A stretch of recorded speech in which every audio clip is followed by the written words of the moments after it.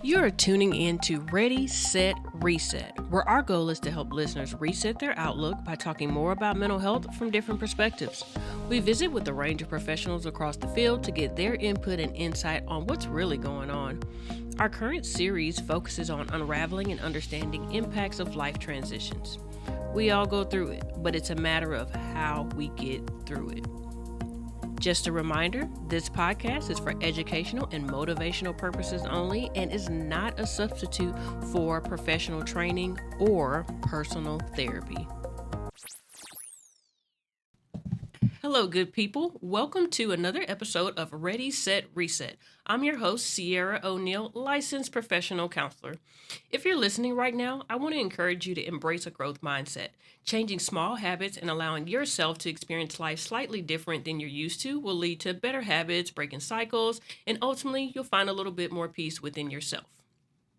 On today's episode, I have entrepreneur, LPC supervisor, registered play therapist supervisor, national certified counselor, EMDR certified, certified positive discipline parent educator, TCU alumni, founder and owner of Terra Therapies, private practice in Fort Worth, and author Courtney Huckabay. Courtney, say hello and tell our listeners a little bit more about yourself and your time in the field.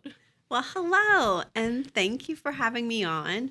I have been in the mental health field with all in Fort Worth since about 2005 with my undergrad career in clinicals, but I have been doing lots of things in my past, from working at nonprofits, working with youth at risk, grief and bereavement, working with victimized children, and now in private practice since 2015.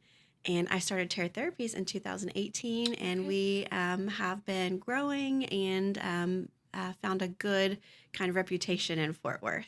Sweet. Well, Courtney, it is good to have you in the community in Fort Worth because you offer so much, within your practice. And when you think about your time in the field, what would you say as far as like population or maybe even, as far as the issues go, would be your favorite, or you feel like you're more well-versed? I think there's been different chapters in my career. Okay. My current chapter favorites is really working with trauma clients, working with EMDR. I have a lot of adult clients that I'm working with EMDR, relational trauma, childhood trauma. But also, as I've become a parent, I have a 3-year-old at home. Oh, fun. I've become a positive discipline educator, and I've done trainings for parents. We do seminars, also do one-on-ones, and then I've also reached out to schools and provided some professional development with schools and professionals as well. And before we jump into, our talk for today, in regards to the positive discipline parenting, could you tell us a little bit more about that for some of our listeners that may not be familiar? Yes. So it's definitely a wonderful framework. It is from Adlerian therapy. So we're really looking at the mistaken goals of children. We're looking at their needs. And as parents or caretakers, therapists too, we're looking at how we can best meet those children's needs in a more adequate way and teaching them how to appropriately ask for those needs to be met. So we're looking at belonging, we're looking at self-esteem building, we're looking at life skill building, and we're looking at trust and relationship. And I think as clinicians, we know rapport building is very important. Super. So we're really bringing that back into the homes of, do you have respect and trust in your parent-child relationship, and teaching parents how to build that so that you get more cooperation and more collaboration with your child, but also building their capabilities as they grow up and become adults so they can be successful citizens and not dependent or reliable on their parents still. Oh, man. Okay. I might need to register in that class.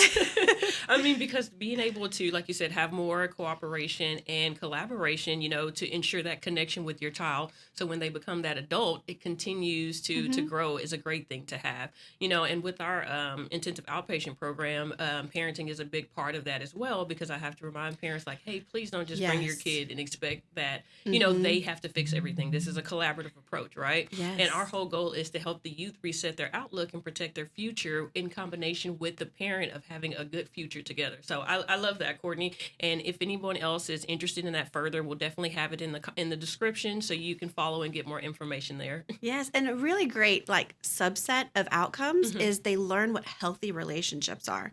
They they learn not to command and demand, but they learn respectful, reciprocal relationships, and they also learn to respect others. And so I think it's a really great win-win for everybody in the long run. Yeah, because then, like you said, even with respecting others, that's going to carry over to other relationships, Right. school behaviors, and so forth. Yes, very much so. Yes, awesome, Courtney. Okay.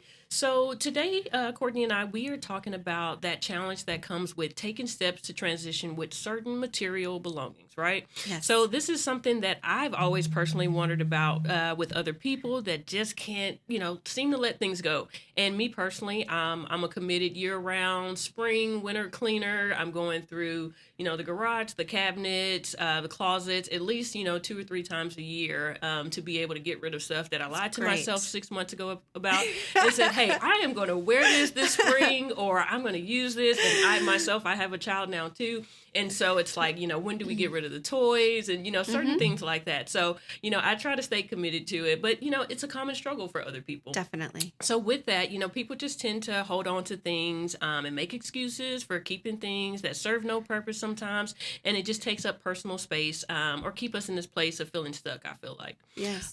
So Courtney and her colleague, Jennifer Harris, who happens to be a designer, they released a book, and it's called Reframe and Reclaim. And explores the psychology around this a little bit more. So we are going to talk about that today and see what we can understand from Courtney and Jennifer's side of things.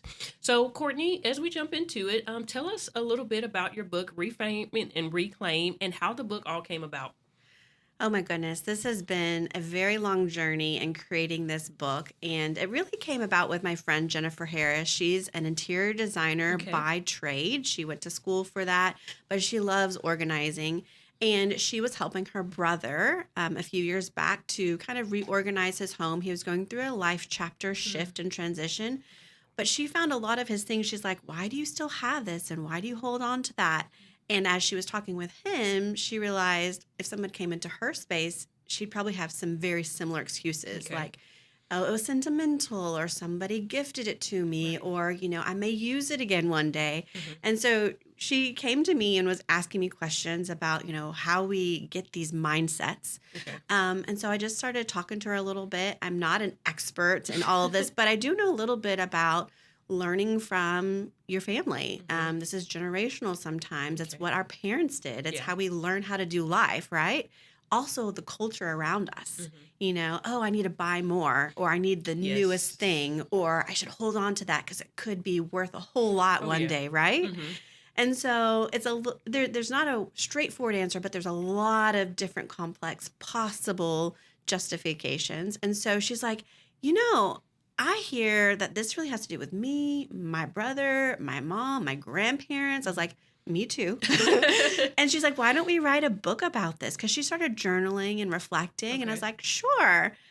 But we didn't know how long it was going to take. But it took us a little over 3 years. And it was released officially December 1st of 2024. So we're really excited about it. I'm very proud of the work that we came up with. Wow, that's exciting. So with all your history, your experience and the things that you've worked towards being in the mental health field, was being an author ever on your list? I mean, you always think, I want to get a PhD. I want to, do these things. I thought how cool it would be to write a book, but it was never like on my must do. But when I had a friend to kind of go alongside with me, I was like, this is possible. And so we didn't have a timeline. But I'm really happy that we did it. Yeah. Okay. So what was the experience like for you all in all, just with, taking the steps to write the book? Did you find it difficult at all, or? It's a a can of worms. We actually started this book with a very loose framework, and we actually have case studies in each chapter. So we work with a client in each chapter. And as we were, thinking through all the steps and things that we were wanting to explore and facilitate, we heard a lot of really good feedback from our clients. So Reframe and Reclaim, it's a 7-step guide to reframe your mindset with your belongings, and you can reclaim your space, but also your peace of mind. You want your space to feel good and comfortable and fit your life chapter. And we found in each of these clients we worked with, they were all in different life chapters and they all wanted something different. And so it's not a one-step agenda. It's really the client. Okay. And so it's really person-centered. What do you want? How do you feel about that? What do you think is a good decision about this item? How do you want this room to feel and function? And then we would work with them to help them create that. Okay. So you make a good point when it comes to the different life chapters, right? Because that's going to look different, from, young child age, living with your parents and going through that into your adult Sure. years, because you're making your own habits in your space. Very So much. I really relate to the chapter phase of it because, 10 years ago for me, my space would look a lot different, Me too. without a kid or with a kid, and just kind of the things that we hold on to and wanting to be, I feel like in my space, I'm a minimalist to an extent compared to my parents. I'll say that. Yeah. And you mentioned the generational standpoint with it as well. Yeah. So I'm wondering, in working with clients, do you tend to see like individuals when you think about your book, maybe that have any sort of attachment issues, or maybe even the case studies that you all did in the book? Yeah, so I have my professional clients in my office, and Mm-hmm. we've had lots of conversation with multiple clients about their homes, their space. And so I know that this is a common concern for Right. a lot of people. When we had our clients in the book, there were multiple clients who I am attached to this thing because it reminds me of this person Right. or this person gave it to me, and I don't want to forget that person. And that's a lot of us. We all have loved ones and people we connect with, and we don't want to lose that relationship if they're here physically or if they've, passed away or they're not close by. But there's also been people we worked with who they had like impulsivity concerns. I just need to buy and I just buy again and I Okay. just buy again. One of our clients we worked with, it was more of I can't find it, so I'll just get another. Oh. And so I kind of lost it. I don't remember where it is. They didn't have a lot of organizational systems in their Okay. home. And when we were going through the 7-step process, we found over 200 pens in their office. Oh, whoa. And they're like, oh my gosh, this is a great pen. Why do we have so many pens? But we really did pare it down to what they needed. We found ink cartridges to printers they didn't own anymore. Wow. We found unopened and unused, materials and office supplies. And so it really was more of having more organization in their concern. With another one, it was, she was going through a divorce and a life chapter. And she's like, this space was me and my partner. And now how do I make it mine? And so with that, it was being able to let go of what her idea or hope was in her life and really reimagining what it will be like in her new future. And Right. so every chapter goes through different scenarios like that. Right. Okay. So two questions I have with that. One, in regards to the case study where if they couldn't find it, they just went and bought it. Bought another one. What do you feel like that kind of contributes to that in the sense of, is it that they give up on looking for it too easily, or they just don't have the headspace, or just feel like I have to, like I said, the impulsive thing of just having to buy. Well, for that client, I do think it was a couple. So they both had their own, things that they were struggling with. Okay. The wife in the situation, she had a lot of hats that she wore.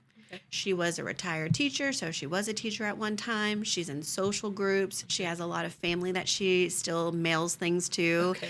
And she also wants to keep a little bit of those materials so that if one day she wanted to return to doing some kind of teaching Okay. or use those in a different way, that mentality of, I might use it one day. Okay. And then the husband on the other side, he was just trying to struggle with what is her system. She didn't have a system. Okay. And so his things would kind of get lost in the shuffle.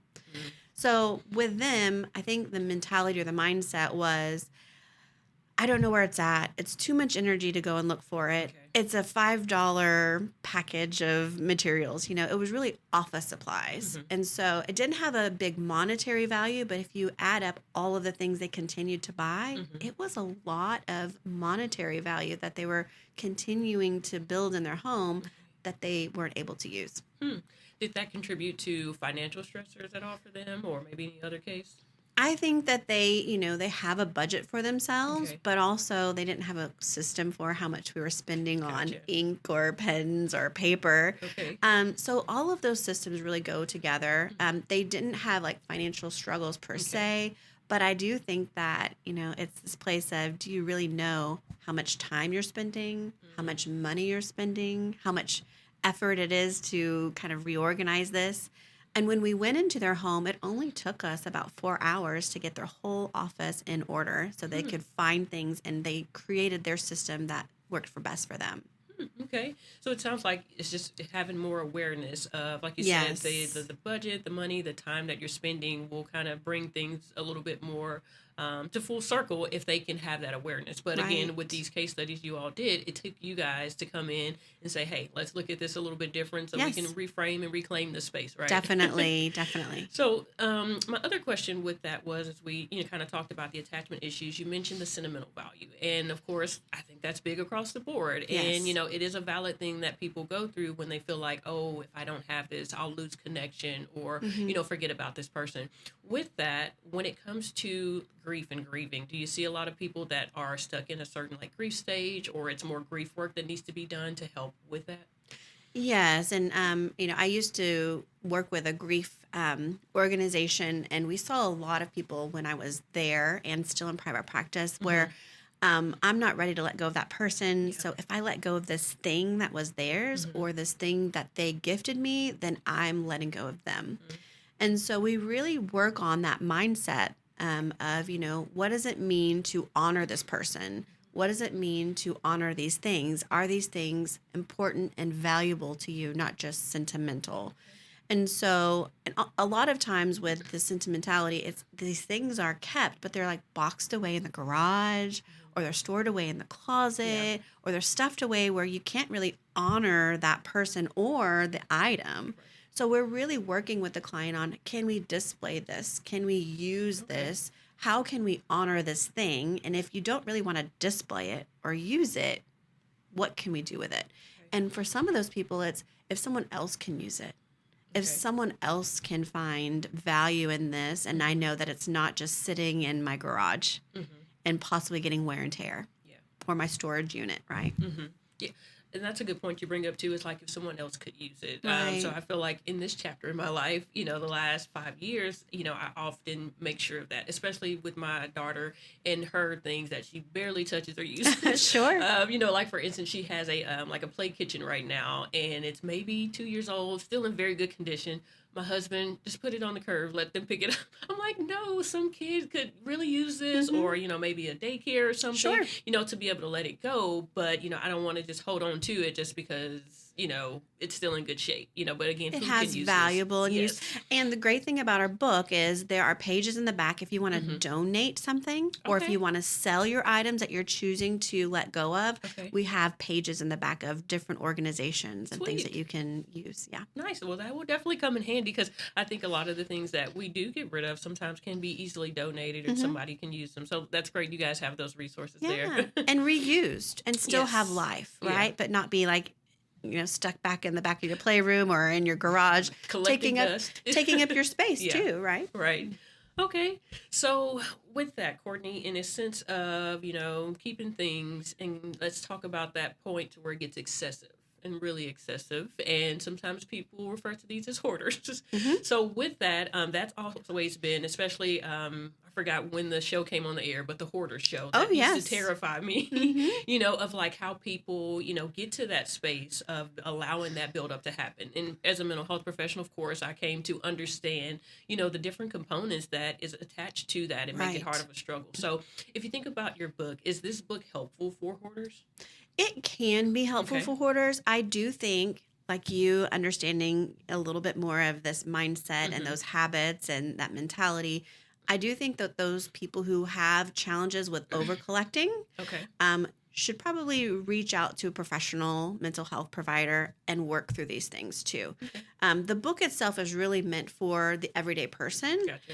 but if you have a real hoarding concern, there is information in the book about that. But that usually is from a place of needing security. having your own challenges and really being stuck in those places and feeling like I need things to help me feel a certain way. Right. It creates some protection and shelter sometimes for people. But the unfortunate part of collecting things is it can sometimes disconnect you or isolate you from other people because of the embarrassment of having people over, Yes. of the cleanliness or the hygiene of your home. And so that's why we really want to make sure you're working with a mental health professional if that is the consideration. Gotcha. Okay. I like how you framed it. Over collectors, more so. Is there usually maybe a common root problem sometimes that where individuals end up in a space that like that? Well, in my research, because we did a ton of research before we wrote this book, and again, my expertise is not in hoarding, but I did watch a lot of hoarding shows. I read a lot of book about hoarding and our stuff and those things. Again, it is a little bit of that being in this place of feeling unsafe for some reason. Maybe there was some kind of break in a relationship. Maybe there was bullying or people outcasting you. Maybe you were shunned or something like that. Or it could be that I just feel really different from other people and I don't know how to connect with people, so I connect more with things. But there is that sentimentality piece too. So it's not just if you over collect, this is why. But there are some people who say, you know what? I remember reading was kind of my escape. And I remember reading with my grandmother. And so you just collect more and more and more books, and you get lost in those books because of the pain of not having a grandmother or that loss of that person. But that kind of brings you a little bit of that connection to that person or feeling a sense of security. And, it is very complex, all of these justifications we talk through in the book. But it's very complex, and I do think that if people are in the need of having someone to talk to, definitely reaching out to a mental health professional about that. And if you have a family member who is an over-collector or a hoarder, because I do have people in my life who we've found are over-collectors, finding resources for them, being gentle with them, getting them connected with resources. Okay, great.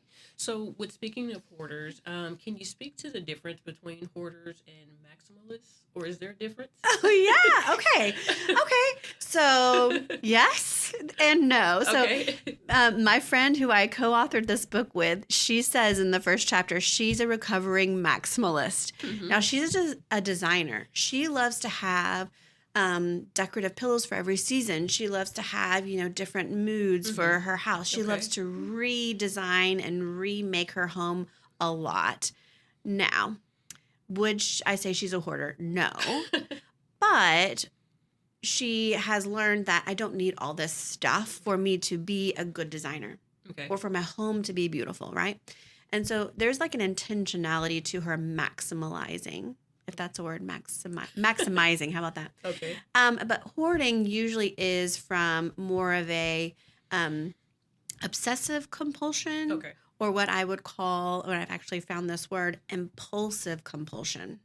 So the obsessive compulsion is I have to buy. If I don't buy, if I don't have that, if I don't get more, then something.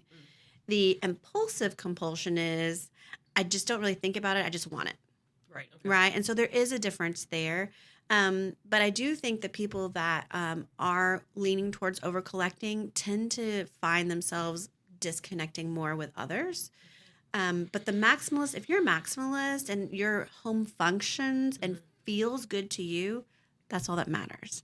And I think that's the big thing. Does your home function? And that's where we look at the hoarding piece. Is it really functioning for what you need?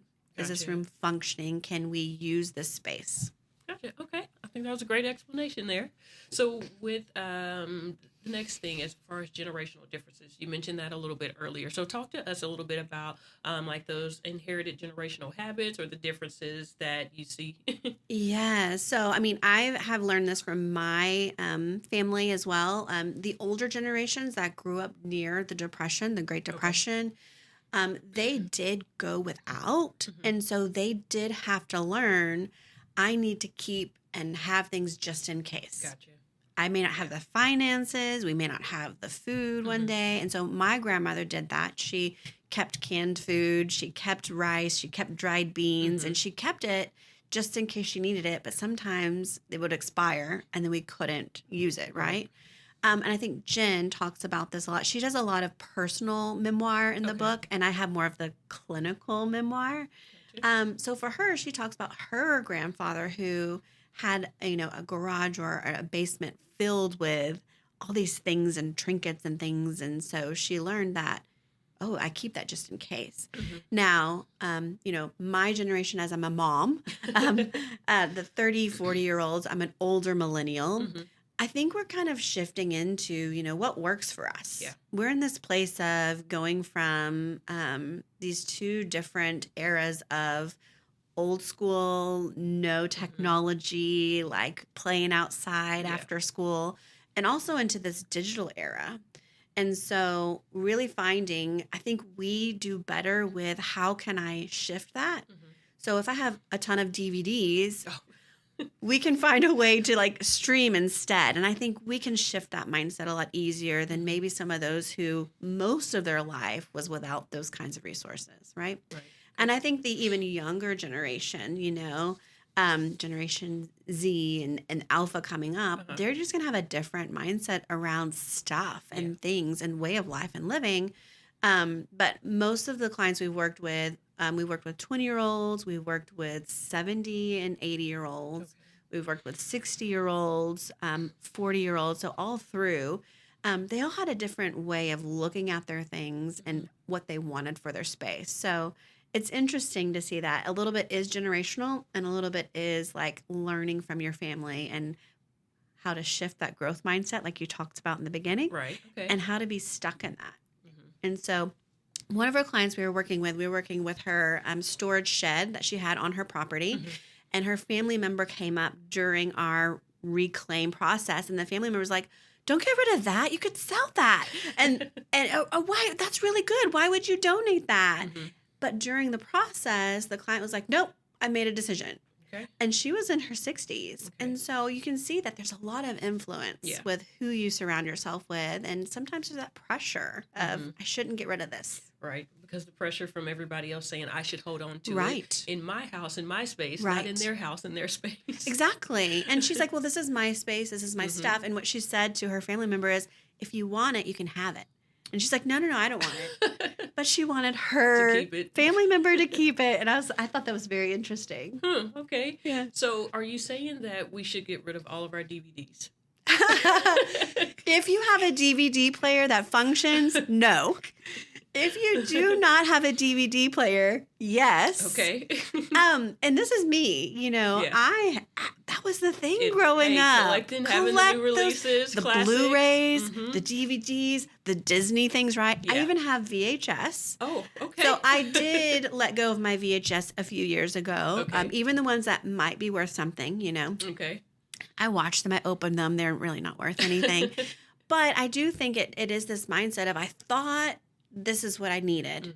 And that's the life chapter. I mean, we can stream now. Right. I can go on Amazon Prime or Netflix or Hulu and search and rent or maybe even get something for free if I have a subscription. Right. And so that's really changed how we see entertainment with, the movies.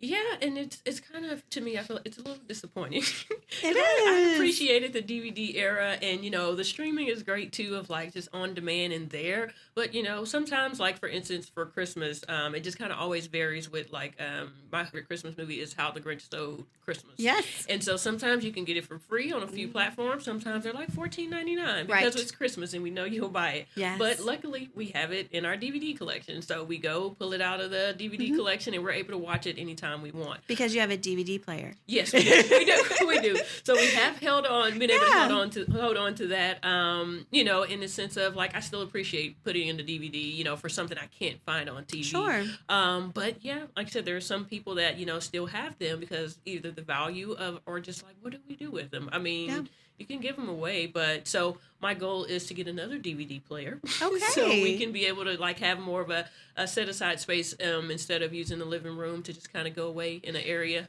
And that's you using your space for what works for you and your family. And that's all that matters. Yeah. Not what your sister says, not what your best friend says, not what the Instagrammer online says. And that's the purpose of the book, is what works for you and feels right and good for you. And really letting all that static of what everyone else is saying and doing kind of go to the wayside. Yeah. Well, hey, and that's what I try to do, kind of ignore the static a little bit. It's hard, but we try. Yeah. So a quick question in regards to you being, working with youth and having your own child, and even, the process, and going along with the book. Do you feel like that there are like great benefits to development for our little ones when we are teaching them early on to, like get rid of things and do stuff? Like with my daughter, as she's gotten a little bit older, I will say, hey, let her pick like what needs to go. We do a little Good job, Mama. We do it like a haul before Christmas, like something's got to go, let's donate it. And now she'll pick up little things and say, oh, I don't need this anymore, let's give it to somebody. And so I feel like, okay, this is a good thing. So I mean, what are your thoughts though? I say bravo. And that is, I mean, going back to me being a positive discipline educator, you're including your daughter and having a voice. She has belonging. She has value in the home, and she can make decisions.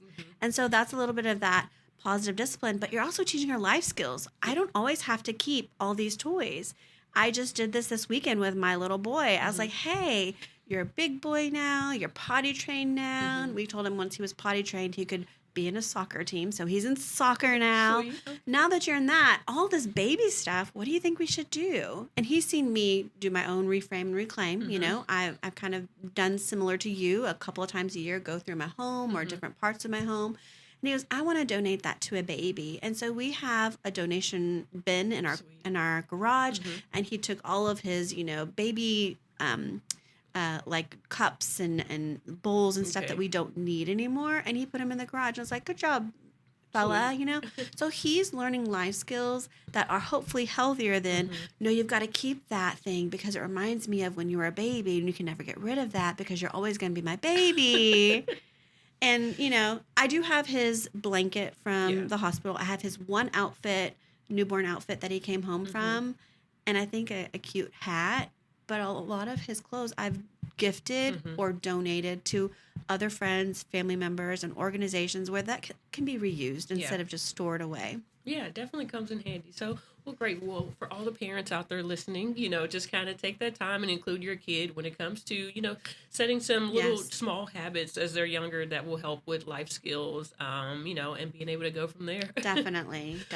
So, Courtney, we've had a great conversation, talking about various things regarding your book and your work in the field. And I feel like I've definitely picked up on some stuff, even though I have, decent habits right now, but we can always get better, and grow from there. So within y'all's book, I know that there is a process, like a step process. So could you tell our listeners, what that step process is? Yes. So it's a 7-step process, and this is individual for every person, but it's Reclaim. So it's the acronym Reclaim. So first is reflect.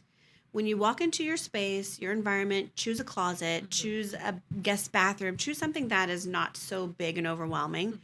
How do you want the space to feel, and how do you want the space to function? And so we go through different questions in the book.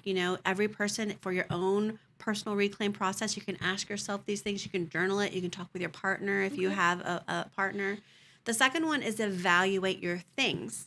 So once you have reflected what you want the space to be, then we need to evaluate what things are in this space. Do these things, these belongings, this furniture, this decor, this item, reflect what I hope it will look like and feel like? And then the next one is we want to clean out the space. So you want to take everything out.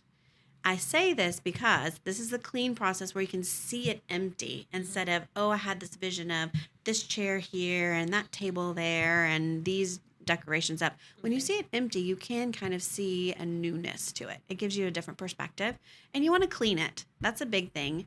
Sometimes, like we had this curio cabinet we were going through with one client, and she hadn't cleaned that curio cabinet in over 15 years. Wow. So we cleaned the glass, we cleaned all the shelves and dusted them off, and it allows that to have a newness and a brightness rather than that dullness. Yeah. So you want to clean the space. Okay. The next one is you want to RECLL. We want to create a blueprint or a layout. Okay. So you may kind of measure your space, you may kind of lay things out where you would like it to go, Okay. but don't make it permanent yet. And then we want to assemble, start to put things back in, and start with the most priority of things, right? So if you have a closet per se, okay, I need my clothes to be hung up, right? Yeah. Um, um, maybe I don't need that box up there, whatever. I need my shoes in here, or maybe I need my shoes in a different area. You decide. And then once you start to assemble it, take a step back, and then you get to the I. That's inventory. That's, let me look at this. Does this feel and function how I like? This is the gut check. We talk about this. If it feels and functions the way I like, we go with it. If it doesn't, we just start to shift and move things around until it feels that way. Okay. And then you have the M, which is the maintain. And this is the system. So have you ever gone into a room and cleaned it, and then like 3 days later it's dirty? Oh, yeah. Or if you've ever gone and organized something, and then like 2 months later it's not as organized. So this is the system you create to make sure the space will continue to look and feel and function the way it does. And it takes you and your family members, if you have other family members. So for me, I did my pantry, and I put snacks on the bottom, and I put pastas and rice above that, and I put breakfast over here. But I had to let my husband know too, because he goes into that pantry and he has to know where to put things back. And what my mental system is, so that we can be on the same page. So that takes communication, and it takes accountability, and it takes reevaluating later, because my pantry may not function the same way in 2 years or in a month. We can reevaluate that and then go through the 7 steps again if we need to. Nice. Okay. So that 7-step process, I imagine you and Jennifer came up with collaboratively. Yes. Out of the 7-step, would you say one of the steps is more important than any of the others, or the most prominent? I think the 2 most important ones are the R, reflect. Because how do I know what I want to put in this space and how I want it to feel? I can just kind of move things around until it feels okay. But if I start with that, it's kind of like the game plan, It's the idea of, what do I want to make for dinner? I just open up the pantry and see, or do I make a list of what I need from the grocery store? It's a lot easier if I know what I have and plan ahead for that. Right. And then the last one, to maintain, I can make a house look beautiful for about 2 hours with a 3-year-old. But I have to also have a system, and he has a system for his playroom. Yeah. He has a system for his clothes, and we have a system for the day expectations. Now, again, those are flexible, and they're not perfect, because nobody is perfect. But I think if you at least have the mindset and the game plan, it works a lot better. Okay. So, Courtney, all in all, with that, tell our listeners where they can get a copy of your book. Yes. So our book is available online, Amazon, Barnes & Noble. We can find the ebook as well. So you can get that on any ebook retailer. And we are about to release our audiobook soon. So you can go anywhere that they sell books. And then if you go to your library or you go to a bookstore and they don't have a physical copy, just request one, and they usually will get you one. But hopefully we'll have it out there for everybody soon. And I hope people will go out there and it's helpful for them. Yes. Okay. And just remind our listeners of the full title of your book. Yes, it is Reframe and Reclaim, a 7-step guide to reframe your relationship with your things or belongings and reclaim your personal space. Awesome, Courtney. Well, thank you so much for that. I'm excited to dive into my copy of the book as well and give it a read or listen, whichever comes first, because I'm an Audibles girl myself. So thank you so much, Courtney. And again, I really appreciated your insight, into your book and just kind of your experience overall to help some of our listeners out there. And again, I'm excited to read the book. Thank you. So we're not quite done yet, Courtney. So as we wrap up and just finish, our topic and kind of chatting for the day, we have our game here on Ready, Set, Reset. I'm excited. I love games. Okay, so I hope you are as ready as you say. So just to give you a little insight, it's called a stress test. So as therapists, we never know, what a client is going to throw our way, or for you with the case studies, you never know what you're going to walk into. Sure. And, have to be ready and be efficient and quick on your feet. And so the stress test is going to test that. Okay. So you'll have 60 seconds to answer 10 questions at random. The time will start after I read the first question. If you can't come up with the answer, you can say skip, but we will come back to it. Okay. All right. Get ready. Okay, Courtney, first question. Spell the word attachment. Attachment. Okay. Name a word that rhymes with float. Boat. Name an animal that starts with the letter M. Monkey. What does EMDR stand for? Eye movement desensitization reprocessing. Okay. If you were an animal, what would you be? A bird. Okay. Name a flower. Daisy. What is your favorite day of the week? Thursday. Okay. Name a state that starts with the letter A. Alabama. What is something kids often do in kindergarten? Color. Do you prefer iced coffee or hot coffee? Hot. Wow, Courtney, you got through those questions pretty easy. You are the first guest that I've had to complete and get right all 10 questions. No way! Wow, you are pretty quick and efficient on your feet. I would have to say you're pretty solid there. Thank you. Everyone's been a little hesitant when they start, especially with the rhyming word, but you got done with 20 seconds left. I had time left over. Let's do more questions. No, I'm just kidding. No. Sweet. Well, good. How were you nervous at all about it? Were you worried about the questions? You've made me so comfortable in here, Sierra. No, and your office is very inviting, so I can't say I was stressed. Not at all. Okay. Well, hey, you have again passed the stress test, so great job. All right, Courtney. Well, I appreciate you sitting down with me and being my guest today. Reflecting on the Reframe and Reclaim process, and again telling us more about your book. But before we close, if you had one thing to leave with our listeners, what would that be? Oh, I have so much to impart to your listeners. I just want to say mental health is just as important as, if not more important than, physical health. And I think there's such a stigma around, I don't have anything that bad to go talk about. So just a little self-disclosure. I go to my own therapy, and I encourage all my therapists at my office to do the same, because I think it's so important for us to work through our things. Yeah. Okay. Thanks for that, Courtney.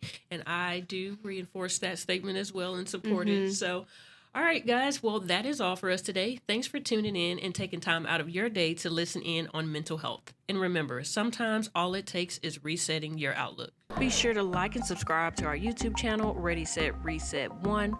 Follow us on Instagram at ready_set_reset1 for mental health tips, laughs, and motivation. And if you know a student or have a child in the Fort Worth area that could use some additional support, visit our website at sunflowersigma.com to see if Reset IOP is right for them. You will find the resources discussed in today's podcast in the description area.